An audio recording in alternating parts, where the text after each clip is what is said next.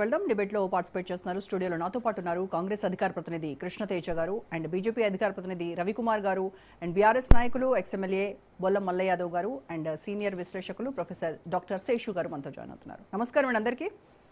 Right, ముందుగా శేషు గారు మీతో స్టార్ట్ చేద్దాం. సార్, ఇవాళ మనము ఒక 3 అంశాలు స్పష్టంగా మాట్లాడుకుందాం. ఒకటి, సీఎం అమెరికా పర్యటన రద్దు వెనక కారణాలు ఏంటి, అండ్ కాంగ్రెస్లో అంతర్గత విభేదాలు. ఇవి మనం రోజు మాట్లాడుకుంటూనే ఉన్నాం, డైలీ సీరియల్ లాగా. దీనికి ఒక ఎండ్ కార్డ్ లేదు, కొత్తవన్నీ తెర మీదకి వస్తున్నటువంటి పరిస్థితి. ఇక సుస్మితా పటేల్ వ్యాఖ్యల వివాదం. సో ఈ 3 అంశాల గురించి ఒక విషయం ఏంటి క్లారిటీగా చెప్పండి. అంటే ఇది కేవలం ఒక నియోజకవర్గ టికెట్కి సంబంధించినటువంటి వివాదంగా చూడాలా, లేదు అని అంటే తెలంగాణ కాంగ్రెస్లో పెరుగుతున్నటువంటి అంతర్గత శక్తి పోరాటానికి ఒక సంకేతంగా చూడాలా? అందరికీ నమస్కారం. కాంగ్రెస్ పార్టీ సంస్కృతి గురించి తెలిసిన వాళ్ళకి ఎవరికైనా దీన్ని పెద్ద ఇష్యూగా చూడకపోవచ్చు. కాకపోతే తెలంగాణ రాష్ట్రం వచ్చిన తర్వాత కాంగ్రెస్ పార్టీలో మళ్ళొకసారి పాత సంస్కృతి మనకి కనపడుతుంది. మీకు ఉమ్మడి ఆంధ్రప్రదేశ్ ఉన్నప్పుడు కాంగ్రెస్ పార్టీ ముఖ్యమంత్రుల పైన అప్పుడు మాస్ లీడర్ గా ఉన్నటువంటి రాజశేఖర్ రెడ్డి గారు ఎంత డిసెంట్ ఉండేవాళ్ళో, ఎంత అస్మతి కార్యకలాపాలు నడిపేవాళ్ళో మనం ప్రత్యక్షంగా రాజకీయాలతో అనుభవం ఉన్న వాళ్ళందరికీ తెలుసు.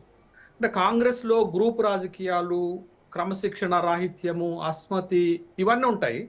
బట్ కాంగ్రెస్ పార్టీ ఎప్పటికీ ఏం చెప్తుందంటే తన వైఫల్యాన్ని కప్పిపుచ్చుకోవడానికో లేకపోతే తన వైఫల్యాన్ని తాను ఒప్పుకోవడానికి సిద్ధపడని జాతీయ పార్టీ ఓ మాట చెప్తుంది. ఏం చెప్తుంది అంటే మా మా మా పార్టీలో అంతర్గత ప్రజాస్వామ్యం ఎక్కువ అని చెప్తుంది. ఎందుకు దానికి ఒక అందమైనటువంటి వర్డ్ వాళ్ళు తీసుకొని వచ్చి 140 సంవత్సరాలుగా ఆ పార్టీ అనుసరిస్తున్నటువంటి వైఖరిని సమర్థించుకునేటటువంటి ప్రయత్నమే చేస్తారు. అది అంతర్గత ప్రజాస్వామ్యం ఎక్కువ అని చెప్తారు. బట్ ఇక్కడ ఇప్పుడు ఒక 10 సంవత్సరాల తర్వాత, తెలంగాణ రాష్ట్రం ఏర్పడిన ఒక దశాబ్దం తర్వాత తెలంగాణ ఇచ్చినటువంటి కాంగ్రెస్ పార్టీగా కాంగ్రెస్ కి ప్రజలు ఒక అవకాశం ఇచ్చారు. ఆ అవకాశం వచ్చిన తర్వాత ఇప్పుడు తెలంగాణ రాష్ట్రంలో తెలంగాణ కాంగ్రెస్ ప్రభుత్వంలో జరుగుతున్నటువంటి పరిణామాలు చూస్తుంటే మళ్ళొకసారి కాంగ్రెస్ సంస్కృతి బట్టబయలవుతున్నట్టుగా మనకు కనపడుతున్నట్టుగా తెలుస్తుంది. మీరు అన్నట్టు ఇది ఒక్క పరకాల నియోజకవర్గానికి టికెట్కు సంబంధించినటువంటి అంశంగానే చూడలేము, మొత్తము రాష్ట్ర ప్రభుత్వం పైన. ఎందుకనంటే నాకు ఈ పదాలు ఎక్కడో వినపడ్డట్టు గుర్తుకొస్తున్నట్టు కనపడుతుంది. మల్ల యాదవ్ అన్నకి గుర్తు చేయదలుచుకున్నాను. ఏంటంటే కేసీఆర్ ప్రభుత్వంలో కూడా ఒక విధమైనటువంటి అసంతృప్తి తెలంగాణ ఉద్యమకారుల నుండి వ్యక్తమైంది. ఏంటి అనంటే యూటీ బ్యాచ్, బీటీ బ్యాచ్ అనేది ఒకటప్పుడు కనపడింది. ఉద్యమకారుల బ్యాచ్, తర్వాత బంగారు తెలంగాణ బ్యాచ్ అనేటటువంటిది కనపడింది. బట్ ఆ అంశం ఏం జరిగిందనంటే చివరికి పార్టీలో నిజమైనటువంటి ఉద్యమకారుల అసంతృప్తి, దాంతో పార్టీ మీద ప్రతికూల ప్రభావం పడటం, ఆ పార్టీ ఓటమికి అదొక కారణమైంది అనేటటువంటి అభిప్రాయం కూడా వ్యక్తమైంది. బట్ ఇప్పుడు కూడా తెలంగాణ ఇప్పుడు కాంగ్రెస్ పార్టీ అధికారంలో ఉన్నటువంటి కాంగ్రెస్ పార్టీలో కూడా గత ఛాయలు మనకు కనపడుతున్నాయి. ఏం కనపడుతున్నాయంటే సైకిల్ కాంగ్రెస్, అస్తం కాంగ్రెస్. సరే, ఆ అమ్మాయి కొత్త పేర్లు పెట్టింది. నేను ఎప్పుడో ఒక వ్యాసం రాశాను దీనిపైన. సైకిల్ కాంగ్రెస్, అస్తం కాంగ్రెస్ మధ్య పొసకటం లేదు కాంగ్రెస్ పార్టీలో అనేది. సరే, ఆ అమ్మాయి దాన్ని ఏం చేశారు, సుస్మితా పటేల్ ఏం చేశారంటే అచ్చ కాంగ్రెస్, పచ్చ కాంగ్రెస్ అని కొంచెం రిథమిక్ గా దాన్ని మాట్లాడినటువంటి సందర్భం ఉంది. నిజంగానే కాంగ్రెస్ పార్టీలో, కాంగ్రెస్ ప్రభుత్వంలో ఒక అంతర్లీనంగా ఒక చాప కింద నీరు లెక్క, ఒక నివురుగప్పిన నిప్పులాగా ఒక 2 వర్గాలు చాలా స్పష్టంగా కనపడుతున్నాయి. రేవంత్ రెడ్డి గారితో పాటు కాంగ్రెస్ పార్టీలోకి వచ్చి అవకాశాలు పొందుతున్నటువంటి వాళ్ళు ఎక్కువ ఉన్నారు అనేటటువంటి ఒక అసంతృప్తి ఒరిజినల్ కాంగ్రెస్ నేతల్లో ఉంది. అది పరకాల నియోజకవర్గంలో మరింత గట్టిగా బయటపడింది.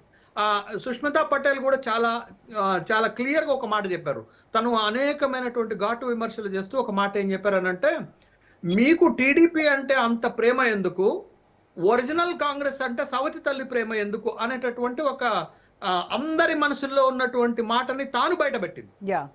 తాను సరే ఇవాళ కొండా సుష్మితా పటేల్ పైన విమర్శలు, తర్వాత కాంగ్రెస్ పార్టీలో ఒక 15 మంది ఎమ్మెల్యేలు, ఒక 5 ఎమ్మెల్సీలు ఒక ప్రెస్ మీట్ బట్టి తను మాట్లాడినటువంటి మాటలను ఖండిస్తూ ముఖ్యమంత్రి గారికి సంఘీభావం చెప్పటం ఇవన్నీ ఒక ఎత్తు అయితే, బట్ ఆమె లేవనెత్తినటువంటి ఒక కీలకమైనటువంటి అంశం ఏంటంటే టీడీపీ అంటే అంత ప్రేమ ఎందుకు, కాంగ్రెస్ అంటే సవతి తల్లి ప్రేమ మీకు ఎందుకు అనేది ఓపెన్ గా అంటే పిల్లి మెడలో గంట ఎవరు కడతారు అనేటటువంటి సందర్భంలో సుష్మితా పటేల్ ఒక అడుగు ముందుకేసి పిల్లి మెడలో గంట కట్టినట్లుగా మనకి కనపడుతుంది. అటు మీకు కాంగ్రెస్ పార్టీ అధికారంలోకి రావటానికి ఒక 4 జిల్లాలు ప్లస్ ఇంకొక జిల్లా 5 జిల్లాలు కీలకమైంది. ఖమ్మం జిల్లాలో ఇప్పుడు రేణుకా చౌదరి మిగతా పొంగులేటి శ్రీనివాసరెడ్డి బట్టి విక్రమార్క వర్గాలకు పడటం లేదు. ఇది పాయింట్ 1. పాయింట్ నెంబర్ 2, మీకు మహబూబ్ నగర్ జిల్లాలో చిన్నారెడ్డి అసంతృప్తి ఎలా బయటకు వచ్చిందో మనకి కనపడుతుంది. తర్వాత పాయింట్ నెంబర్ 3 మీకు బలంగా వచ్చేసి నల్గొండలో వచ్చేటటువంటి రాజగోపాల్ రెడ్డి అసంతృప్తి ఎలా ఉందో మనకు కనపడుతుంది. ఈ 3 కాకుండా ఈ 3 ప్రధానమైన జిల్లాలు కాకుండా మరొక 2 జిల్లాలు కీలకమైనది. ఒకటి కరీంనగర్, రెండోది వరంగల్ జిల్లాలో ఇవాళ పార్టీ నెట్ట నిలువుగా చీలిపోయి 2 వర్గాలు అయినటువంటి సందర్భం ఉంది. వరంగల్ జిల్లాలో నాకు గుర్తెరిగిన రాజకీయంలో 12 శాసనసభ స్థానాలు ఉంటే 10 శాసనసభ స్థానాలు కాంగ్రెస్ గెలిచింది. ఎందుకు అనంటే పార్టీ అంతా కలిసికట్టుగా పోటీ చేసి గెలిచారు. కానీ ఇవాళ ఆ పరిస్థితి లేదు. ఆ పరిస్థితిని కాంగ్రెస్ పార్టీ తనకు తానే స్పాయిల్ చేసుకున్నటువంటి సందర్భం కనపడుతుంది. ఇవాళ కీలకమైన బలమైనటువంటి 4-5 నియోజకవర్గాల్లో గెలుపు ఓటముల్ని ప్రభావితం చేసేటటువంటి కొండ కుటుంబం పరిస్థితి ఏంటి అనేది ఇవాళ ఒక పెద్ద చర్చనీయాంశంగా మారింది. కొండా సుష్మితా పటేల్ లేవనెత్తినటువంటి అంశాలు చాలా కీలకమైనది. అది కాంగ్రెస్ పార్టీ పైన ప్రతికూల ప్రభావాన్ని ఖచ్చితంగా చూపడతాయి.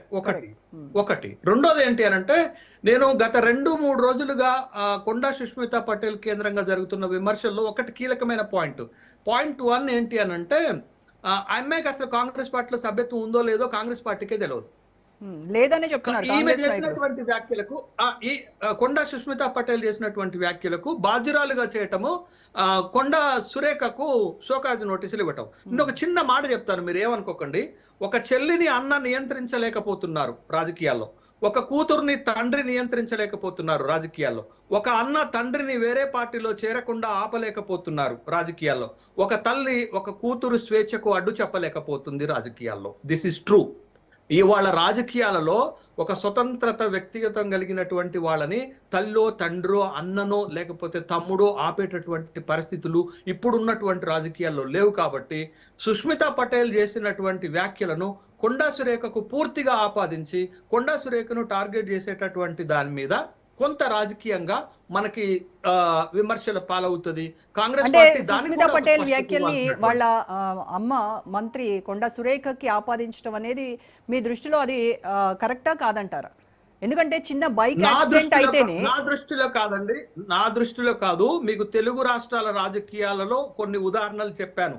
ఒక తండ్రి తన కూతుర్ని నియంత్రించలేకపోయాడు కదా, ఒక అన్న తమ్ముడిని వేరే పార్టీలో చేరకుండా ఆపలేకపోయారు కదా, ఒక మాజీ ముఖ్యమంత్రి తన చెల్లెల్ని వేరే పార్టీలోకి వెళ్లకుండా ఆపలేకపోయారు కదా.